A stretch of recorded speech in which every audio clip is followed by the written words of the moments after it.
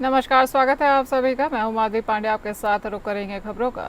उत्तर प्रदेश के मुख्यमंत्री योगी आदित्यनाथ के जीवन पर आधारित परेश रावल की आगामी film Ajay the untold story of Yogi शुक्रवार की रिलीज होगी और फिल्म के लिए बीजेपी में भारी उत्साह भी देखने को मिल रहा है। बीजेपी कार्यकर्ता और नेताओं से सिनेमा हॉल अब हाउसफुल रहा है और film Ajay the untold story of Yogi में अनंत वी जोशी मुख्य भूमिका निभा रहे हैं। वहीं फिल्म के लीड अनंत जोशी भगवा वस्त्र पहने दिखाई दे रहे हैं। उत्सुक जनता को बोलते हुए सुना गया है कि जग छोड़ा भगवा ओढ़ा, सेवा में रम गया, एक योगी जो अकेला ही पूरा आंदोलन बन गया।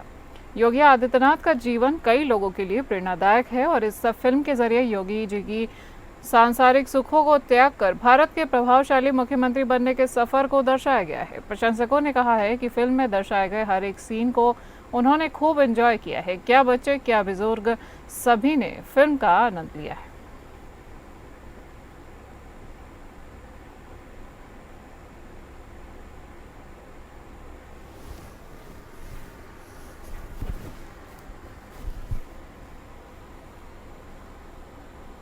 उत्तर प्रदेश के मुरादाबाद में सपा पूर्व सांसद डॉक्टर एसटी हसन ने सीएम योगी पर बनी फिल्म को लेकर कहा कि ये बेहद अफसोसजनक है कि अब सियासत फिल्मों में भी घुस चुकी है।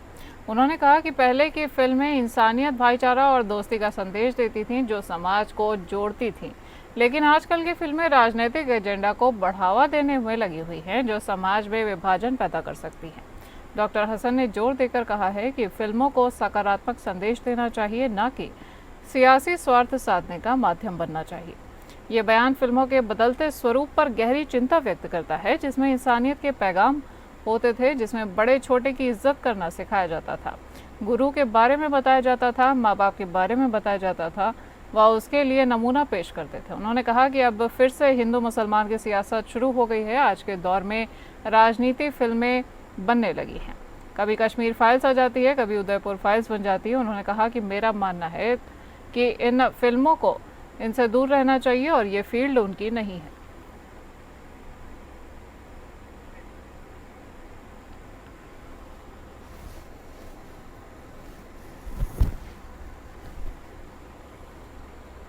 संस्कृति एवं पर्यटन मंत्री जयवीर सिंह आगरा पहुंचे हैं और सर्किट हाउस में आयोजित प्रेस वार्ता में उन्होंने जीएसटी दरों में हुए बदलावों की अहम जानकारी साझा की है। मंत्री जयवीर सिंह ने कहा कि देश लंबे समय से टैक्स प्रणाली में बड़े बदलाव की अपेक्षा कर रहा था। यूपीए सरकार ने भी प्रयास किए, लेकिन मोदी सरकार ने वन कंट्री वन टैक्स की शुरुआत करके टैक्सेशन व्यवस्था को सरल बनाया है। उन्होंने कहा कि रोजमर्रा की जरूरतों को देखते हुए जीएसटी दरों में संशोधन किया गया है। सबसे महत्वपूर्ण 28% वाले टैक्स स्लैब को खत्म कर दिया गया है। दूध, पनीर, साबुन, शैम्पू, साइकिल और बच्चों के सामान को 5% टैक्स स्लैब में रखा गया है। वहीं मध्यम वर्गीय परिवारों को राहत देते हुए टू व्हीलर और छोटे पेट्रोल वाहनों पर टैक्स को 28% से घटाकर 18% कर दिया गया है। मंत्री ने कहा कि पहली बार ऐसा हुआ है कि टैक्स बदलाव के फैसले से व्यापारी और जनता दोनों ही संतुष्ट हैं। आगामी 22 सितंबर के बाद खरीदारों को नए और पुराने रेट्स की जानकारी स्पष्ट तौर पर मिलेगी और सोने के बढ़ते दामों पर सवाल पूछे जाने पर जयवीर सिंह ने कहा कि जिसकी डिमांड अधिक होती है उसके दाम स्वाभाविक रूप से बढ़ जाते हैं। इसके बाद मंत्री जयवीर सिंह ने दिव्य जनकपुरी महोत्सव में शिरकत की है और उन्होंने कहा कि जनकपुरी राम राज्य की परिकल्पना को केवल मूर्त रूप ही नहीं देती है, बल्कि भावना और आस्था को भी साकार करती है। हालांकि यूपीए की सरकार में ये प्रयास किया गया, लेकिन वो लागू नहीं कर पाए। आदरणीय मोदी जी के नेतृत्व में देश की सरकार बनने के बाद, लंबे चिंतन मंथन के बाद 2017 में विभिन्न टैक्सेशन व्यवस्थाओं को खत्म करते हुए एक नई taxation one country one tax के दृष्टिगत शुरुआत की गई थी। उसके बाद भी लगातार सबसे बड़ी बात यह है कि हम लोगों को टैक्सेशन की दृष्टि से तमाम आरोप भी लगे, विपक्ष के आरोप लगते रहे, तमाम अन्य कुछ परेशानियां व्यापारियों के बीच में आती रही, औद्योगिक क्षेत्र की कुछ शिकायतें नहीं। उन सब के दृष्टिगत थोड़ा सा महसूस किया जाने लगा कि इसमें स्लैब में कई जो स्लैब है उसमें बदलाव की जरूरत है। कुछ जो ऐसी चीज़ें हैं जो रोज़मर्रा की आम जरूरत, मध्यम वर्ग की जरूरत की, गरीब की उपयोग की चीज़ें, उनमें टैक्स की रिव्यू करने की आवश्यकता है। फिल्म एक्ट्रेस दिशा पाटनी के घर पर फायरिंग करने वाले 5 आरोपी को पुलिस ने बेनकाब कर दिया है, जिसमें सबसे पहले 2 आरोपियों को गाजियाबाद में दिल्ली सीआई और यूपी एसटीएफ ने ढेर कर दिया है, तो 2 अन्य आरोपियों को दिल्ली पुलिस ने गिरफ्तार कर लिया है। अंतिम 5वां आरोपी राम निवास उर्फ दीपक उर्फ दीपू, जिसने पूरे मामले में रेकी कर साथियों को जानकारी दी थी, बरेली पुलिस ने उसको भी अब मुठभेड़ के दौरान पैर में गोली मारकर गिरफ्तार कर लिया है। उसके साथ एक अन्य आरोपी को भी गिरफ्तार किया जा चुका है। वहीं इलाज के लिए बरेली के जिला अस्पताल में भारी सुरक्षा बल के साथ उनको लाया गया है, जहां बरेली के जिला अस्पताल में उनका प्राथमिक उपचार किया जा रहा है। आपको बता दें कि आरोपी ने मीडिया से सवालों पर बताया कि वह रोहित गोदारा गैंग का सदस्य है। वो उसके साथ 4 अन्य साथी इस घटना को अंजाम देने के लिए आए थे और राम निवास ने ही दिशा पाटनी के घर की रेकी की थी। इसके बाद उसने अपने अन्य साथियों को पूरी जानकारी दी थी और अन्य सदस्यों ने घटना को अंजाम दिया था।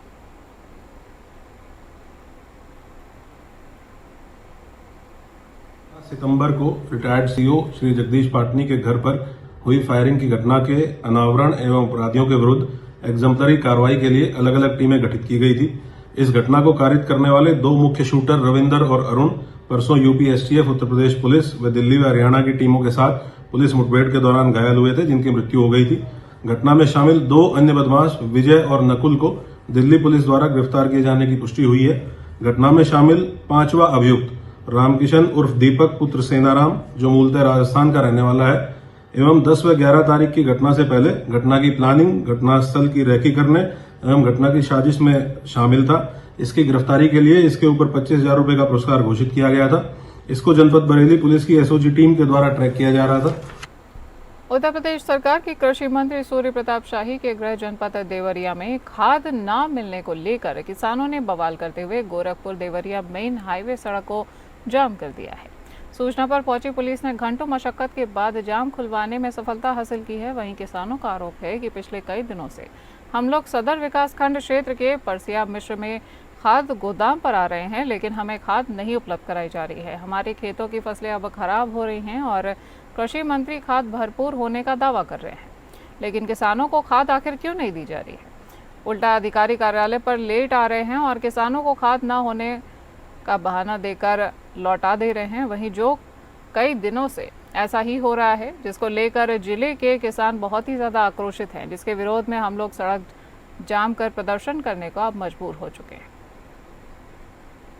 ये हम इस बात के लिए आज प्रदर्शन जो हो रहा है, किसान पूरे देवरिया जनपद में खाद के लिए एकदम त्रस्त है, परेशान है। जिस जनपद में कृषि मंत्री हो उस जनपद में किसानों को खाद नहीं मिल पा रही है। गोदाम पर आने के बाद किसानों को गोदाम बंद करके जो कर्मचारी, जो अधिकारी है, वो भाग जा रहे हैं। किसान एकदम तबाह हो चुका है। महोबा शहर कोतवाली कस्बा क्षेत्र के राठ रोड स्थित कृषि विभाग कार्यालय परिसर में उस समय हलचल मच गई जब सैकड़ों सिपाहियों ने किसानों के समर्थन में जोरदार प्रदर्शन किया है। खाद की भरी किल्लत और फसल बीमा घोटाले को लेकर समाजवादी पार्टी के कार्यकर्ताओं ने सांसद अजेंद्र सिंह लोधी के नेतृत्व में जमकर नारेबाजी की है और विभागीय कार्यालय का घेराव कर अपना विरोध भी दर्ज कराया है। प्रदर्शनकारियों का आरोप था कि किसानों को खाद नहीं मिल पा रही है, जिससे वे बुआई नहीं कर सकते हैं। वहीं फसल बीमा योजना में घोटाला, किसानों को उनके हक से वंचित किया जा रहा है। उन्होंने कृषि विभाग पर खाद की कालाबाजारी को बढ़ावा देने का आरोप भी लगाया है। सांसद अजेंद्र सिंह लोधी ने चेतावनी दी है कि यदि किसानों की समस्याओं का समाधान शीघ्र ही नहीं हुआ तो समाजवादी पार्टी उग्र आंदोलन करेगी। आपको बता दें कि प्रदर्शन के दौरान सुरक्षा व्यवस्था के लिए पुलिस बल भी तैनात था और प्रदर्शन शांतिपूर्ण तरीके से किया गया है, लेकिन सफाइयों के तेवर सख्त नजर आए। हम प्रदेश और केंद्र सरकार से मुख्य प्रतिपक्षी दल होने के नाते, माननीय अखिलेश यादव जी के कार्यकर्ता होने के नाते अनुरोध करते हैं कि जिस तरह साल भर ठेका खोले रहते हैं, सबको शराब उपलब्ध रहती है, खाद तो साल में 2 बार जरूरत पड़ती है, तो किसानों को समय पर खाद और पानी उपलब्ध कराएं ताकि किसान मजबूत रहे और भारत की वो अर्थव्यवस्था की रीढ़ है। जो वर्तमान सरकार है ये किसान विरोधी, टोटल किसान विरोधी सरकार है। किसानों के साथ बहुत बड़ा धोखा हुआ है और आज खाद के लिए भी किसान परेशान है। तो किसान हर तरीके से परेशान है और इस सरकार ये जो वर्तमान में ये किसानों की बर्बादी में ही ये वर्तमान सरकार को नजर आ रही है। जो खाद की दिक्कत है और फसल बीमा में जो फर्जी भुगतान हुआ है उसको, उन मांगों को लेकर सांसद जी के नेतृत्व में आज धरना प्रदर्शन था। क्योंकि जिले में जो खाद की डिमांड है वो आपूर्ति नहीं हो पा रही है, कालाबाजारी हो रही है और जिले में नकली खाद पकड़ी जा रही है और उसका प्रशासन द्वारा कोई भी कार्रवाई नहीं की जा रही। जो अभी यहाँ पर फसल बीमा, प्रधानमंत्री फसल बीमा योजना में एक प्रकरण संज्ञान में आया है, उसमें डीडीएजी के द्वारा और हमारे विभिन्न तहसीलों के माध्यम से भी इसमें एफआईआर वगैरह दर्ज कराई गई है। उसी संदर्भ में आप सभी लोगों का ज्ञापन था कि इसमें सख्त से सख्त कार्रवाई होनी चाहिए। इसमें ऑलरेडी एफआईआर दर्ज है और पुलिस ने गिरफ्तारियां भी की हैं और सख्त कार्रवाई हो रही है। उत्तर प्रदेश के फतेहपुर जिले के हदगांव थाना क्षेत्र के लाडलेपुर गांव में 1 साल पूर्व हत्या दफन हुई है और दफन हुई विवाहिता का कब्र से बाहर निकालकर पुलिस फोर्स ने शव को पोस्टमार्टम के लिए भेज दिया है। जानकारी के अनुसार शकीला की शादी 3 जुलाई 2023 को की गई थी और शादी के 1 साल बाद विवाहिता को संदिग्ध परिस्थितियों में सीढ़ी से गिरने का जिक्र करते हुए उन्हें लगभग 6 घंटे इधर उधर हॉस्पिटलों में घुमाया गया। फिर विवाहिता शकीला के शव को घर लाकर बताया गया कि सीढ़ी से गिरने से उसकी मौत हो गई है। मृतका के परिजनों ने 1.5 महीने बाद कोर्ट के आदेश पर दहेज हत्या का पति सहित 4 लोगों के खिलाफ मुकदमा दर्ज कराया है और वहीं परिजनों ने शव का पोस्टमार्टम कराए जाने की मांग की है। आज शव को कोर्ट के आदेश पर एसडीएम और एएसपी के सामने शव को कब्र से निकालकर पोस्टमार्टम के लिए भेजा गया है। वहीं हदगांव थाना प्रभारी ने बताया कि दहेज हत्या के मामले में कोर्ट के आदेश पर महिला का शव कब्र से निकाला गया है। इस मामले में डीएसपी थरिया गांव ने बताया है कि विवाहिता महिला की मौत सितंबर 2024 को हो जाने के बाद उसका शव दफन किया गया था, लेकिन 1.5 माह बाद मृतका के परिजनों ने मुकदमा दर्ज किया था और डीएम के निर्देश पर शव को बाहर निकालकर पोस्टमार्टम के लिए पुनः भेजा गया है।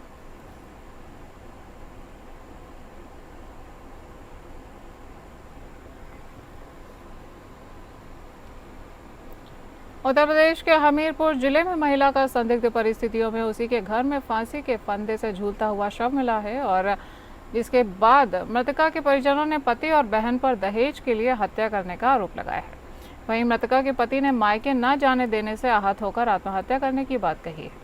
फिलहाल पुलिस ने शव को कब्जे में लेकर पोस्टमार्टम के लिए भेजते हुए मामले की जांच को शुरू कर दिया है। दरअसल सिसोलर थाना क्षेत्र के खदरा डेरा निवासी 26 वर्षीय महिला किरण का घर में संदिग्ध परिस्थितियों में फांसी के फंदे से लटकता हुआ शव मिला था, जिसके बाद परिजनों ने इस घटना की सूचना स्थानीय पुलिस को दी थी। महिला के परिजनों ने दहेज के लिए हत्या करने का आरोप लगाया है। दहेज के लिए महिला को काफी समय से उसका पति और उसकी बहन परेशान कर रहे थे और बहन की सूचना पर भाई बुधवार को उसे लेने ससुराल गया था, लेकिन उसके पति ने विवाद और गाली गलौज करते हुए मायके भेजने से उसे मना कर दिया था। मायके जाने की जिद कर रही थी, मैंने नहीं जाने दिया था, नहीं जाने दिया तो बाद में ससुराल वाले भी आए, मैंने नहीं भेजा। बाद में फिर ये आ रही थी अपने गांव को, तो मैंने रोक लिया। मैं रोक के फिर मतलब मैं इसको अब से ले गया हूँ अपने गांव, तो मैं सिसोलर से बैठा दिया अपने गांव के लिए। उसके बाद में ये गांव को चली गई है, मेरी लड़की रुक गई है। फिर उसके बाद में मैं जब मैं घर पहुंचा हूँ तो तुरंत मैंने दरवाज़ा खड़खड़ाया है, सब लोग आ गए थे मोहल्ले वाले, तो ये मतलब नहीं दरवाज़ा खोला। तो मैं फिर बाद में छत से गया हूँ, तो छत से निकल के गया हूँ, तो मैं घर पहले नाक के गया हूँ, तो तब मुझे ये लड़की नहीं मिली। तब मैंने किनारा खोला है और फिर मतलब है सब लोगों ने इसको उतारा है। कन्नौज में एक सिरफिरे आशिक ने अपने प्यार को पाने के लिए हैवानियत की सारी हदें पार कर दी है। युवक ने अपनी प्रेमिका के मासूम बच्चों को तमंचे की नोक पर बंधक बना लिया। मामला छिबरामऊ कोतवाली क्षेत्र के काशीराम कॉलोनी का है और सिरफिरे प्रेमी की हरकत से काशीराम कॉलोनी में न केवल अफरा तफरी का माहौल रहा, बल्कि पुलिस की भी 7 घंटे तक सांसें थमी रही। प्रेमिका की अनदेखी से आहत युवक शुक्रवार दोपहर उसके घर में घुस गया और 8 साल के बेटे को तमंचे के बल पर उसने बंधक बना लिया। पुलिस उसे मनाती रही, लेकिन वह प्रेमिका को बुलाने की मांग पर डटा रहा। कभी अपनी कनपट्टी पर तमंचा रखता तो कभी बच्चे की कनपट्टी पर उसने तमंचा रखा। उसने गोली मारने की धमकी तक दे डाली। अंत में एसओजी ने मोर्चा संभाला और रात 8 बजे उसके पैर में गोली मारकर बच्चे को सकुशल मुक्त कराया गया। मुठभेड़ में एसओजी प्रभारी देवेश पाल भी घायल हुए हैं। बताया जा रहा है कि आरोपी युवक ने 4 महीने पहले 3 बच्चों की मां से कोर्ट मैरिज की थी, लेकिन कुछ दिन पहले किसी बात से नाराज होकर महिला उसे छोड़कर चली गई। महिला के भाग जाने से बौखलाया युवक अपनी प्रेमिका को मनाने की बजाय खौफनाक रास्ता चुन बैठा और गुस्से में आए आशिक ने महिला के 2 मासूम बच्चों को तमंचे की नोक पर बंधक बना लिया। अपने सर पर तमंचा लगाकर उसने साफ साफ कह दिया कि जब तक उसकी प्रेमिका सामने नहीं आएगी तब तक वो बच्चों को नहीं छोड़ेगा। है एक सिरफिरे आशिक ने अपने प्यार को पाने के लिए हैवानियत की सारी हदें पार कर दी। मामला छिबरामऊ काशीराम कॉलोनी का है, जहां 5 महीने पहले ही एक कोर्ट मैरिज करके प्रेमिका को युवक भगा ले गया था। अब वो नाराज होकर कहीं चली गई है। उसको पाने के लिए युवक ने हैवानियत की सारी हदें पार कर दी हैं। युवक ने एक 8 साल के नाबालिग बच्चे को बंधक बना लिया और कनपटी पर तमंचा लगा दिया। अपने प्यार को पाने के लिए युवक ने हैवानियत की सारी हदें पार कर दी। घटना की जैसे ही सूचना पुलिस को लगी तो भारी संख्या में 4 थानों की पुलिस, एडिशनल एसपी, सीओ और थाने कोतवाली की पुलिस मौके पर मौजूद हो गई। लगातार जो पुलिस है वो रेस्क्यू कर रही है, निकालने का प्रयास कर रही है। 5 घंटे बीत जाने के बाद अभी भी पुलिस के हाथ कुछ नहीं लगा है। कड़ी मशक्कत के बाद जिले के जो आला अधिकारी है वो भी यहाँ मौके पर मौजूद है और जद्दोजहद कर रहे हैं। अब देखने वाली बात होगी पुलिस को कितने समय में क्या कामयाबी मिलती है। फिलहाल जिले के आला अधिकारी और एम्बुलेंस टीमें और पुलिस फोर्स मौके पर मौजूद है। खेत पर चारा काट रही 14 वर्षीय अनुसूचित जाति की किशोरियों से 2 आरोपियों ने सामूहिक दुष्कर्म किया है। उसका वीडियो बना लिया है और शिकायत करने पर जान से मारने की धमकी भी दी है। भय की वजह से पीड़िता ने घर पर कुछ नहीं बताया और बुधवार को मां ने मोबाइल में वीडियो देखने के बाद कुरावली थाने में केस दर्ज कराया है। केस दर्ज कर पुलिस आरोपियों की तलाश में जुट गई है। दरअसल मैनपुरी जनपद के थाना कुरावली क्षेत्र के एक गांव की किशोरी 15 सितंबर को खेत पर चारा काटने के लिए गई थी। इस दौरान वहां आए आरोपी महावीर ने पीछे से किशोरी का मुंह दबा लिया और इसके बाद साथी नवीन चंद्र ने किशोरी के साथ दुष्कर्म किया। इसके बाद दूसरे आरोपी ने भी किशोरी के साथ दुष्कर्म किया। नवीन चंद्र ने इस वारदात का वीडियो भी बनाया है और किशोरी को धमकाया गया है। भय से पीड़िता चुप रही है और बुधवार को मां ने उसके मोबाइल में वीडियो देखा तो उनके पैरों तले जमीन खिसक गई। मामले को गंभीरता से लेते हुए पुलिस ने भी नवीन चंद्र और महावीर के खिलाफ पॉक्सो एक्ट के तहत सामूहिक दुष्कर्म आदि की गंभीर धाराओं में केस दर्ज कर उनकी तलाश को शुरू कर दिया है।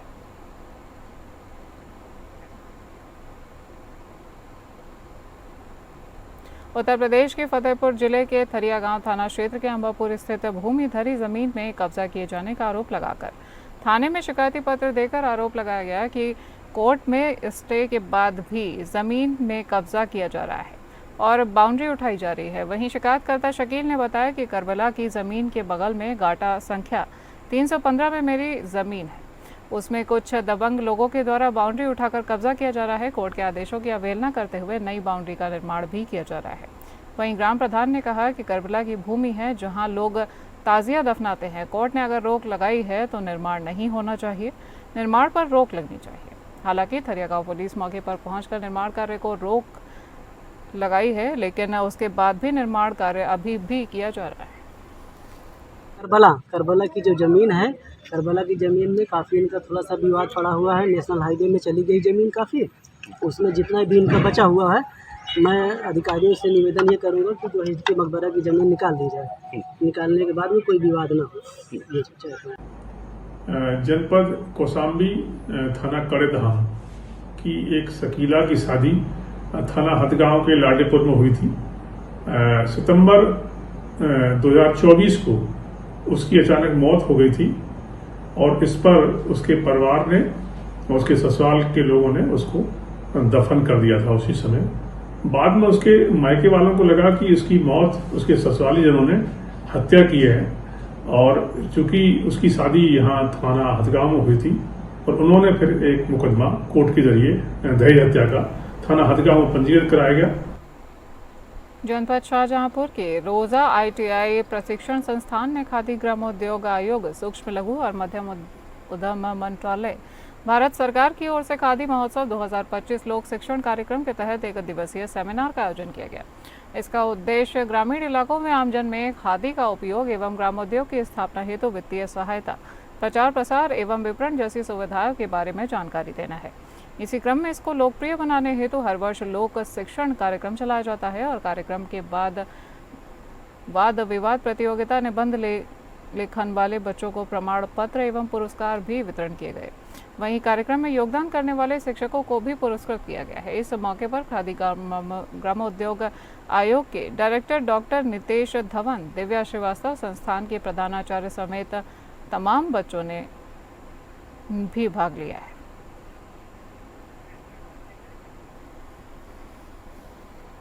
इस बुलेटिन में इतना ही। नमस्कार।